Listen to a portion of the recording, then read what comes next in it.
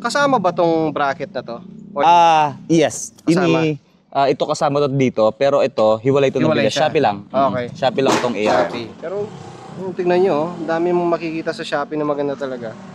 Tapos syempre sa kabila, clutch perch. S1. S1 ba? S2? S1. S1. S1 ayan. S1 clutch perch. Ayan. Mas prefer ko kasi tong S1 kasi yung S2, meron siyang adjustable dito, pero yung ano niya kasi parang nagbe-bend siya pag ganito. Ito kasi hindi siya nagbe-bend. So stable lang talaga siya na pag preno mo tapos pag ganun, hindi na siya. So parang okay. hindi ko trip yung Yung nagbe-bend. gumagalaw-galaw siya.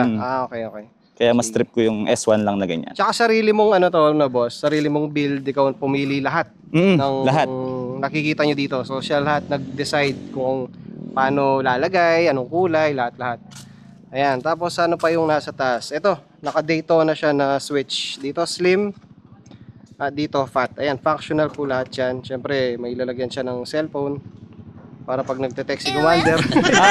Opo. Tsaka pang checking lang ng eraser pag kasi lagi kong chine-check yung temperature niya. Pero kumbaga pang ano lang, pang ato lang. Pangato lang.